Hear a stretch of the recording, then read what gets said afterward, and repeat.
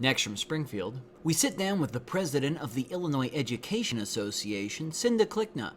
We talk to Ms. Klickna about the current state of education in Illinois, what changes she would make to improve Illinois' public education, the complaints surrounding the Common Core education reform, and to what extent federal and state-imposed education reforms are exacerbating the state's and nation's shortage of teachers. This runs about 40 minutes. Cinda Klickna, thank you for joining us on the Illinois Channel. Thank you for having me. We wanted to talk with you about a number of issues ongoing in education, and but before we start on the issues, let's just give the viewers a quick overview. As the head of the Illinois Education Association, first of all, how many members do you represent? We have 133,000 members across the state, and preschool through higher education. We have retired members. We also have a very active student program, students going into education. And we are teachers, support staff, higher ed, adjunct faculty. So we're a very large group. But we do not represent the teachers in Chicago. There's all, as we said, all kinds of issues. We hope to get into a number of these.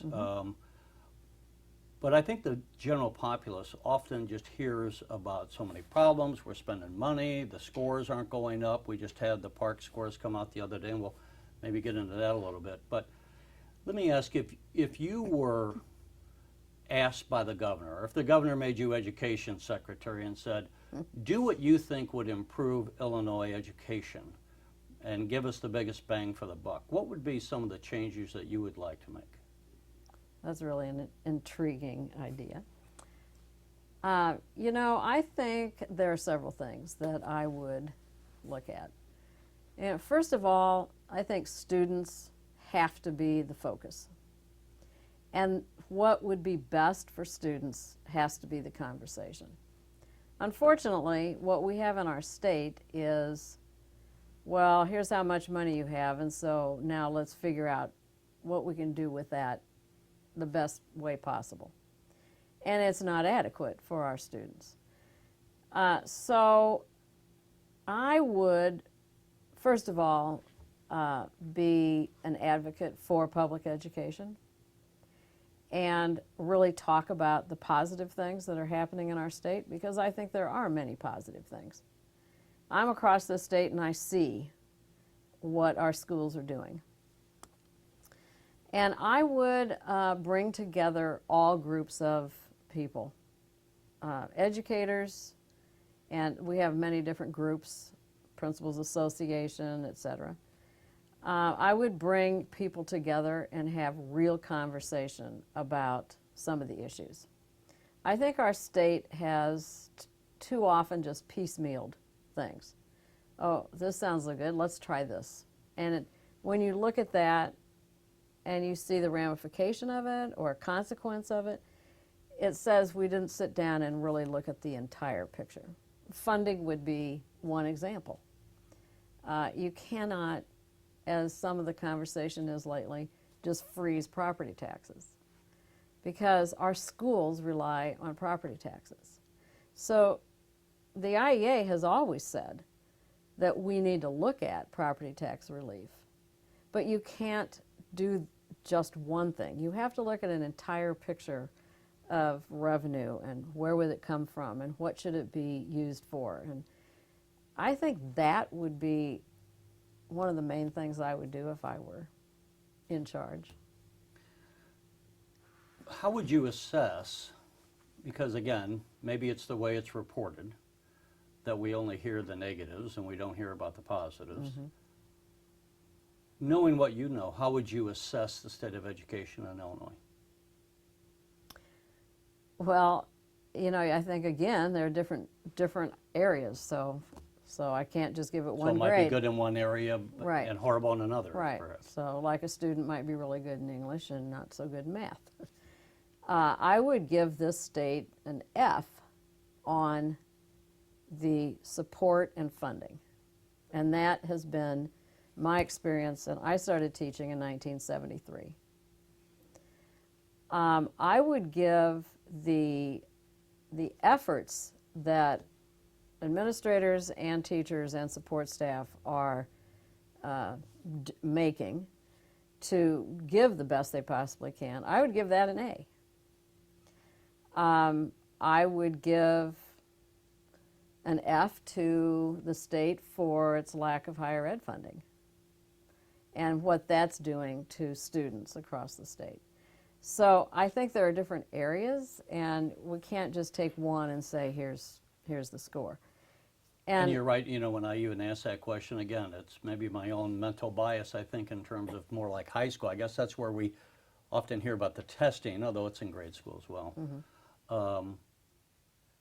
And I would point out for the viewers, you know, one of the mistakes I think a lot of people make is when they hear a state institution such as the University of Illinois or Southern Illinois University, they're under the impression the state funds the entire operation when in fact the state is only funding a Right. portion, and that portion is increasingly smaller and smaller. I think the U of I only gets something like 18% of its funding from the state.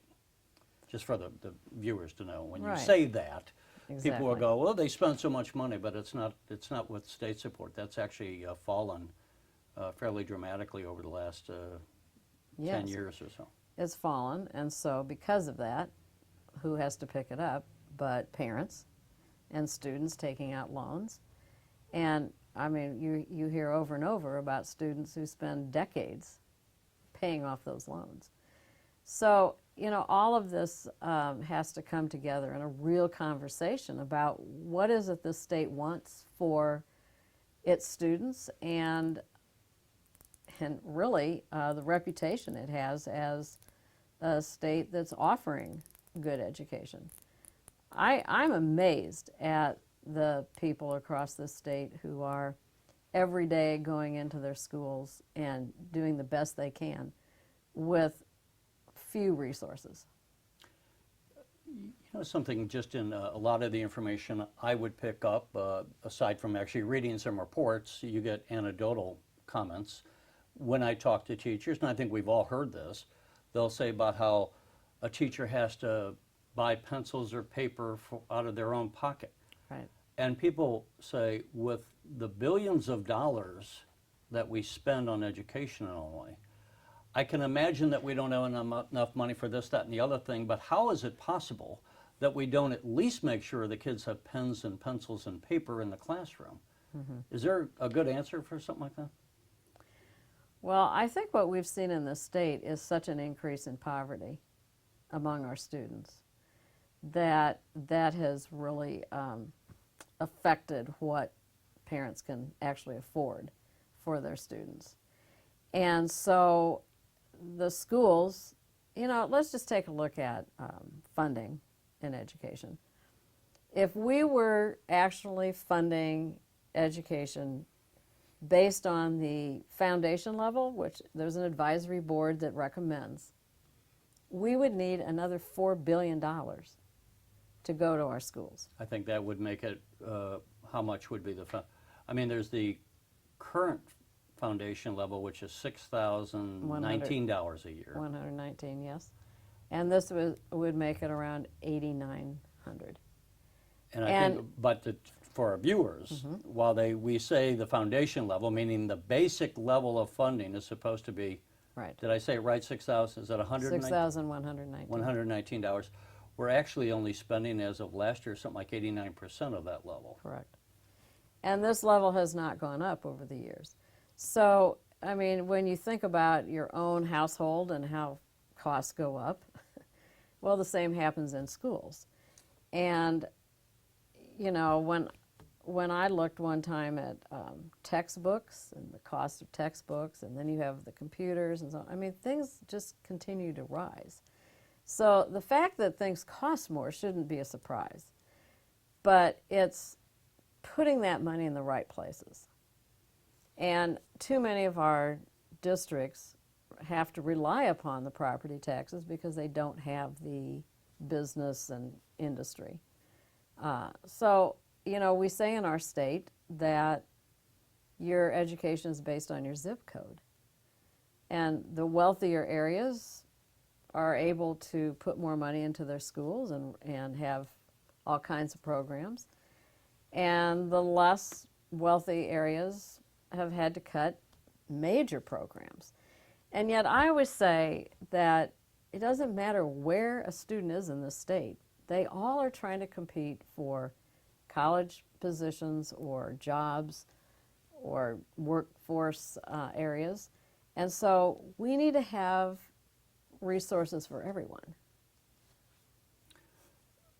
Senator Andy Menard, for those who paid attention, has tried to change the funding formula of Illinois and to, I think he would argue, say, make it more fair to those communities where they don't have the commercial base with the commercial property taxes, and where the schools are underfunded. So that he's trying to make it. Is he on the right path, and is that one of the changes that you would, as we went back to our earlier question, like to see made in the way we treat Illinois as far as the funding of it? We have worked with Senator Menard quite a bit on his ideas and have helped him with resources and so on. And he admits, too, that it's almost an exercise in moving the chairs around the Titanic. That you have to have more money to be able to divide it up differently. But I think that overall, what he is attempting to do has forced conversation about what is essential.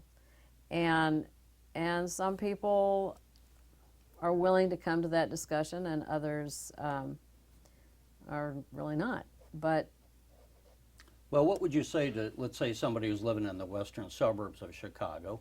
They may have a home that's $400,000. Right. They would say, you know, we bought this home so that we could give our kids a good education. We're paying these high property taxes so that we can give our kids and have a good school. Right. We didn't buy it so we could have our property taxes diverted to someplace in southern Illinois, that those people ought to be minding their own store. Well, I think there are a couple things. First of all, we shouldn't be looking at bringing people down, but rather bringing areas up. And so what happened with some of the discussion last year is that the more wealthy districts were going to have to give up more than probably it would have left them hurting. So that's not a good plan. But the other thing is to make a total shift. Instead of relying upon property taxes, we look at the progressive income tax, we look at other ways to find that revenue, and that's where I think the whole conversation needs to occur. But you know, what I feel that is always a complaint, I guess, of us, is that all we do is talk about funding. And that isn't the point. The point is that we have to make sure that our students are really getting the programs they need.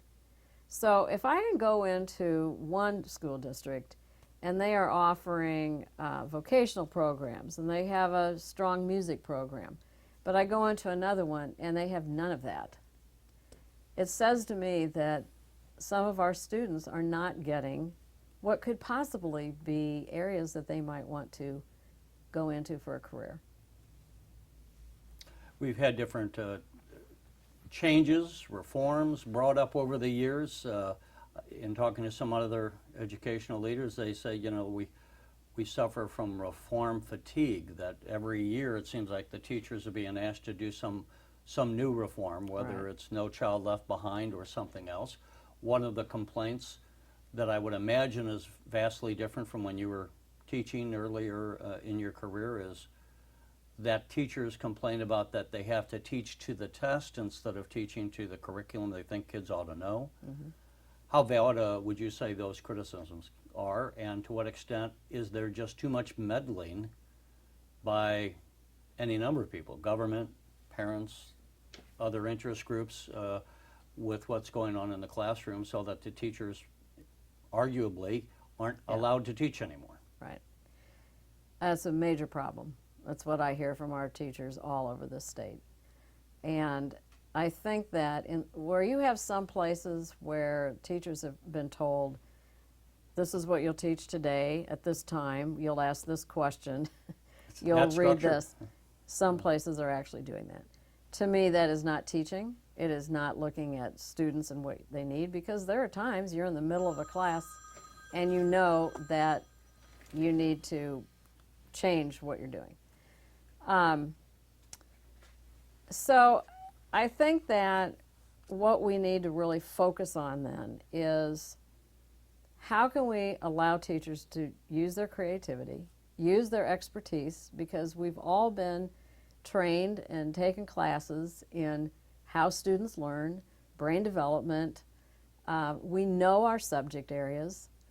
And when people come in and say, well, you need to do it this way, when they've never dealt with students, they've never been in a classroom, it makes it really difficult.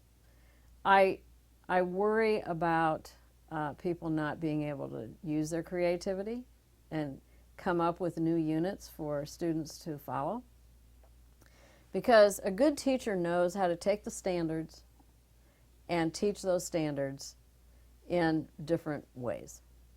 And I experienced that myself as a teacher, and I think it helps you find really good ways that you can work with students. We've become too reliant on a test score, and I mean, we're not against tests, we invented tests. But to say that a student is X because of this score is just not looking at the whole child. And that's what I've always believed, that education needs to be a way for the whole child to be looked at. So if a student needs help in math, we help with that. If they are good at English, we help them work that way. And I think it gets lost sometimes when we just peg people by a test score. You know, one of the flaws, it seems to me, that we tend to look at education as if, first of all the students are equal, and then the only variable is how much funding we have or what other these other factors. But again, I hear when talking to teachers, maybe the biggest factor isn't how much money they're spending or have to spend. It's the environment within the classroom. And in obviously certain schools, you're going to have people coming from dramatic areas of poverty, where the socialization, the social skills aren't as developed as they would be in another community. And to what extent do you find that to be a problem, where I've had some teachers say it's as if these children were raised by wolves, that they've just never been socialized, and so you're trying to teach someone in that environment where someone else, one supervisor in the Alton area calls it social capitalism, where if you have parents that take you to a museum or take you out to see Gettysburg on vacation, you're learning all year round. To what extent would you say that that is a fair observation? And if it is, what do we do about this gross disparity of the type of children that are walking into the classroom? It is definitely an issue. And it really has to do with socioeconomic backgrounds of families.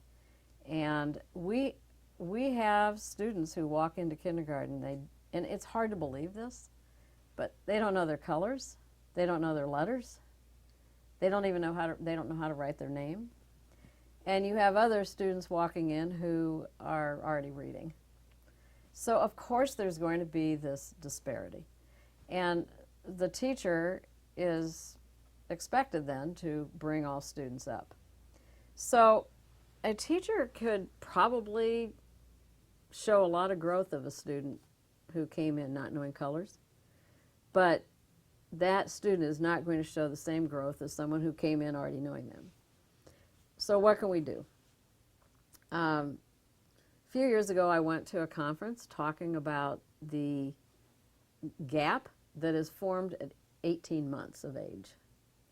And it was really based on how many words and the inflection of language that a family uses with their kids. And so I think we need to do a lot of help and resources to parents. And I know a lot of our schools have programs where they bring the parents in to help them know how to help their students. You know, we can't ignore the fact that our parents are working hard. And some of our parents are trying to just make ends meet and working 2-3 jobs. And so that's where it's really turned a lot of work over to our schools and our teachers to help. And that's why it's you know, when you look at all the things that affect education, that's why it's so distressing right now to watch what's happening in our state with cuts to major programs that families need. Such as what, child care? Child care, DCFS, social services. You know, our families in many areas rely upon these services. And when they get those services, it helps the students, who we then deal with every day. And when that's cut, it just now has made more that the teachers need to address. So, you know, I had students who came from very broken homes. I had students who were living in their car. They try not to let you know that, and yet some of them were very, very bright. It had nothing to do with their intelligence level or their ability, but it had to do with what they were facing every day, and it affected what they could do in the classroom. You know, I was going to say, just as a quick aside, I mean, just one famous example right now, Dr. Ben Carson running for president, but he tells the compelling story of how he was raised by a single mother, and yet she set personal standards for him and his siblings, and here he became literally a brain surgeon. On the other hand, that's obviously one thing the teacher in the classroom can't control, is the involvement of the parent. Right. Well, and so I think that's why we have outreach programs. I think that's why our teachers in their local unions are trying to do community work. It's why IEA sponsors what we call SCORE grants, and these are grants that are given to our newer teachers in doing work with their students and the community. So as an example, we had a teacher who had 5th graders, and they decided that they were going to help the elderly when snow came. So she used the grant to buy mittens and shovels, and her students on weekends went and shoveled snow. So it was a way for them to see that other people in a community need help and to build a relationship with people in their community. What happened was the next year, the kids said, "Could you get us rakes so we could go help?"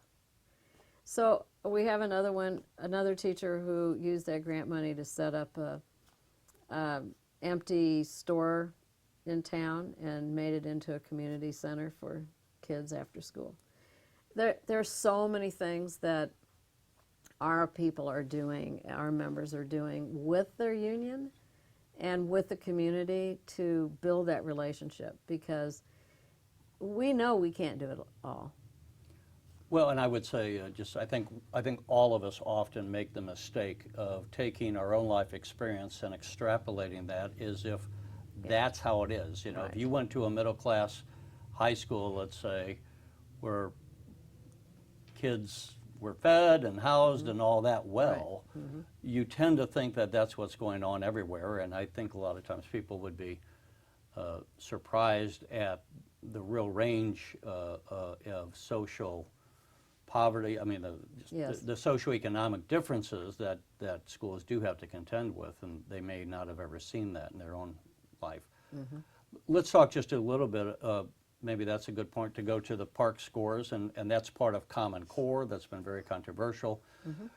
Parcc is a partnership for assessment of readiness for college and careers. So as I understand it, we want to say, let's have a measurement across the board of how well is someone learning in Quincy versus Effingham versus Chicago, Right. and as they go out into the world. Is it a good idea to have the Parcc tests and then the ones that just came out, and the scores were not very good. In high school, only 17% of those tested met or exceeded expectations in math, and only 31% in English. What are your thoughts on Parcc and what it does or doesn't tell us about where kids are as far as their educational learning? Okay. How much time do we have? I know that could be a day-long conference. Well, first of all, again, it's being reported the wrong way. That, oh, it was only this many people made it. So first of all, you have to take a look at, this is a new test, and so it totally replaces the former test. So you really cannot compare the two scores. I use this example. If you were told that your cholesterol level should be X, and you've worked really hard, and you have made it to that, and all of a sudden they say, oh, sorry, no, it really should be X. It should be even lower. Yeah. You've improved, you've made it, but they've changed the standard. Yes. Or and did they? Let's insert. Is Parcc a tougher test than the ISAT one? It's a different test. And the first time you have a test, you know, you find out that some questions just were not the right wording. Were not worded right. Right. So what we have happening now is a review of those test questions, and teachers are involved with that. We are implementing the Common Core standards, which we've always had standards. These are written a little differently and per grade level. And I don't think that anyone said that these scores would just be so high. Everyone was saying, from the state board to teachers to administrators, you're going to have a new test. It's probably not going to have the same results as the past tests. So it's going to be a while to move that into the right area. I hear a lot of complaints from our teachers about the Parcc test, and that's something that IEA is following and working on, because it took inordinate amount of time to actually administer the test. The technology created some problems in some areas. Again, that seems to be in areas that have difficulty with their technology in the certain areas. And there was a feeling that some of the questions themselves may not have been appropriate for a certain grade level. Again, what we believe about tests is that the tests should be used to help the teachers to see where a student is and what needs to happen with that student, not to just evaluate where the student is. So let me give you an example. A few years ago, we had the writing test that the state gave.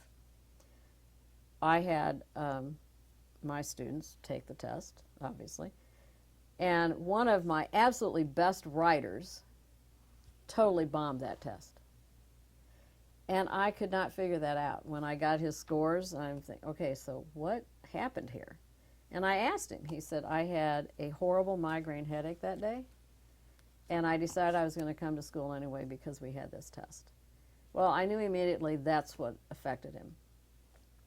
Another student, I looked at his scores, and I could tell exactly what I needed to do to help him improve, because he had done really well on a certain rubric, but on one area he missed it. So I was able to go back and say, well, let's look at your essay. Let's see what you could do to improve. And so that is what a score or a test is really supposed to be used for. That's what we believe is the purpose of a test. And that's not how I think testing is being looked at.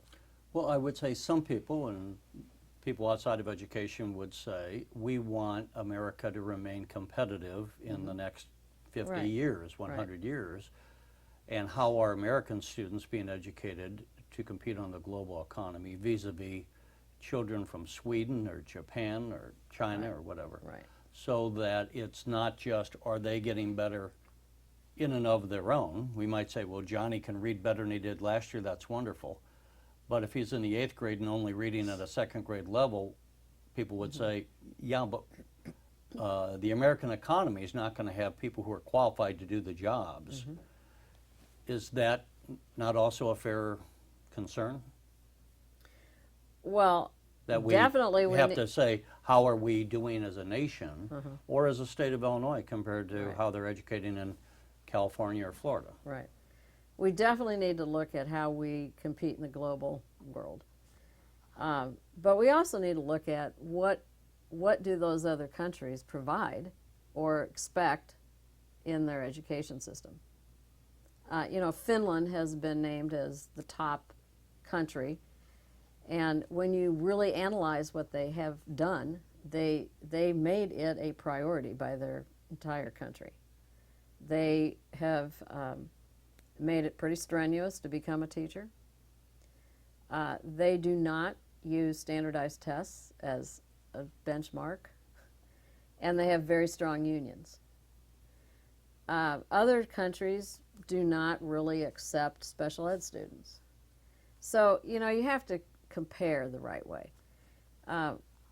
We want our students to get better, to succeed, to have what they need to be successful, and that is what we're trying to accomplish every day.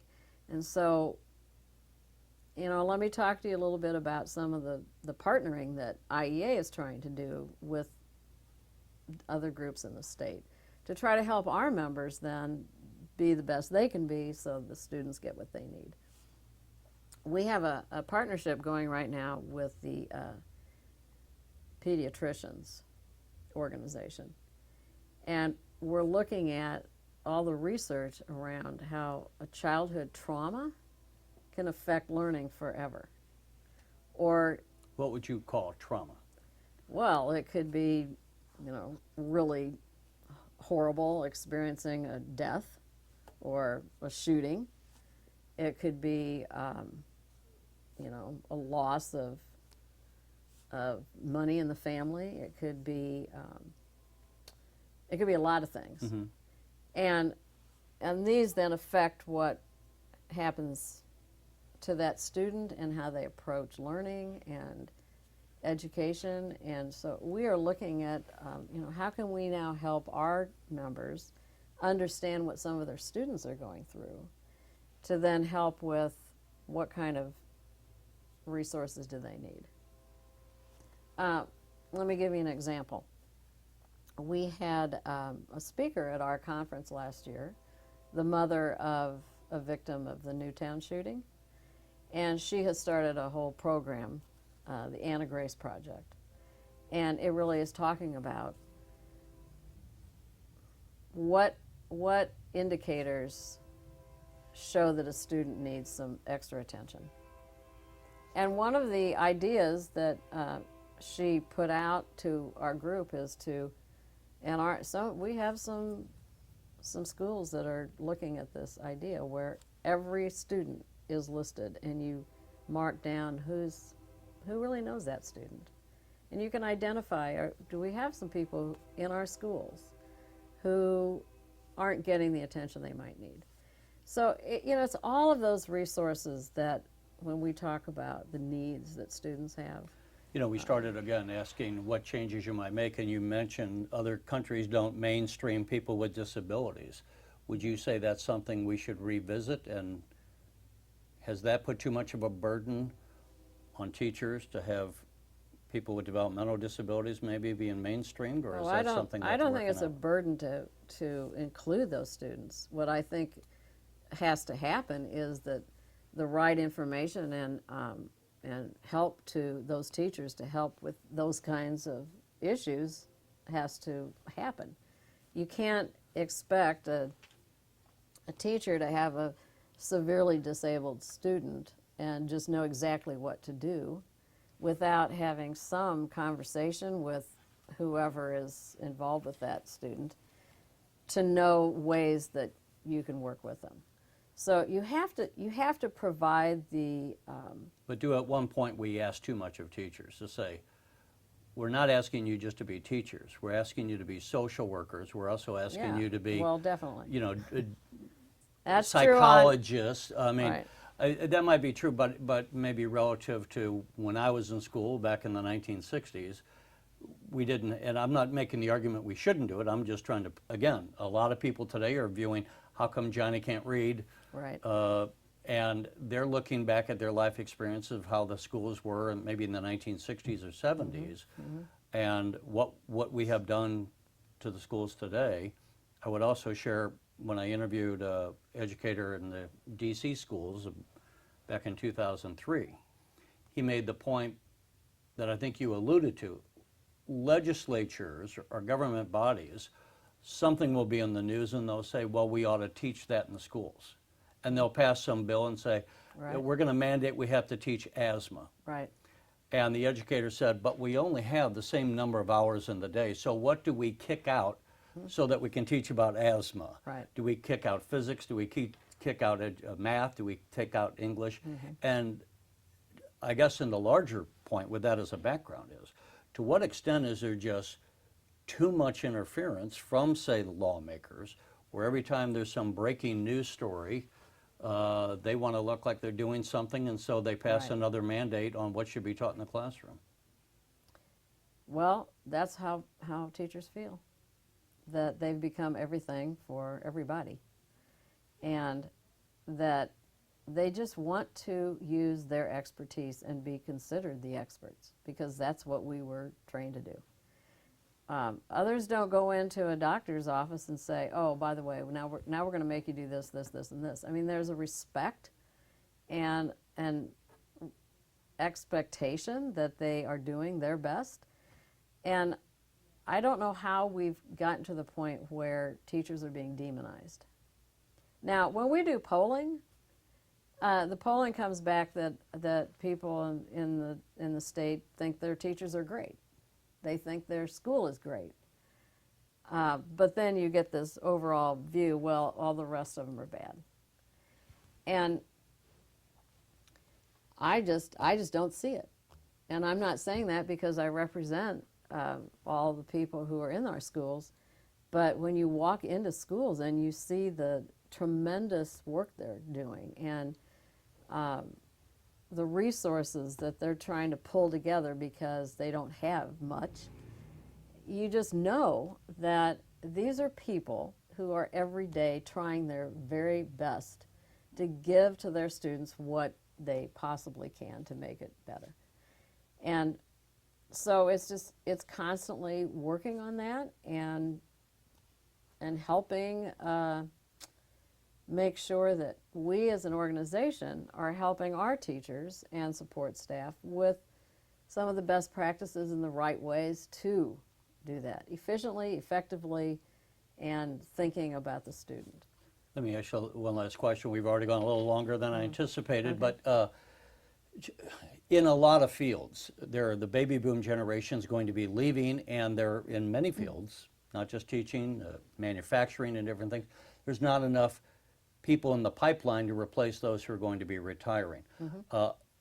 Is that a problem in education, and to what extent is this angst that we've created within the classroom with teachers, that where maybe they feel they're not being respected, and is it leading to people saying, you know, I came in here because I like kids and I want to teach, but having so many people looking over my shoulders all the time, Yeah.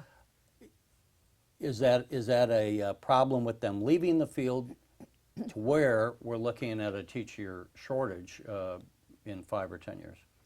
It's a little of both. We still have people who are really interested in becoming teachers, and that's wonderful because teaching is an amazing profession. we are hearing that some of the colleges and universities are seeing a decline in the number of people who are coming into the education college. And we are hearing from some of the newer teachers that they may not stay in Illinois. They may try to find a job elsewhere. But overall, when you talk to people across the country, there is a huge fear that because of the way teachers are being demonized, it is going to impact people wanting to be a teacher. So, I mean, we have a very strong student IEA program, people studying to be teachers. And we're trying to help them with the latest and what's happening so that they can walk in a little bit better armed. We're trying to attract teachers. We're trying to retain teachers through mentoring programs and professional development that we are helping to put together. And with strategies to be able to work on the curriculum and the new rules so that it isn't so overwhelming. But I think that if we really want to attract and retain quality, then we have to treat those educators with respect and with the help that they deserve and need so they can help students. And that's really the bottom line, is how do we continue to make students our focus? Well, Cinda Klickna, we appreciate you taking the time. I know Thank you. we, as much time as we took, we only kind of threw a stone across the lake because we could go much further. But hopefully, maybe we can visit with you again at some point in the future and That would be delve great. into some other issues. Okay, thank you very much. I Thank you. appreciate it.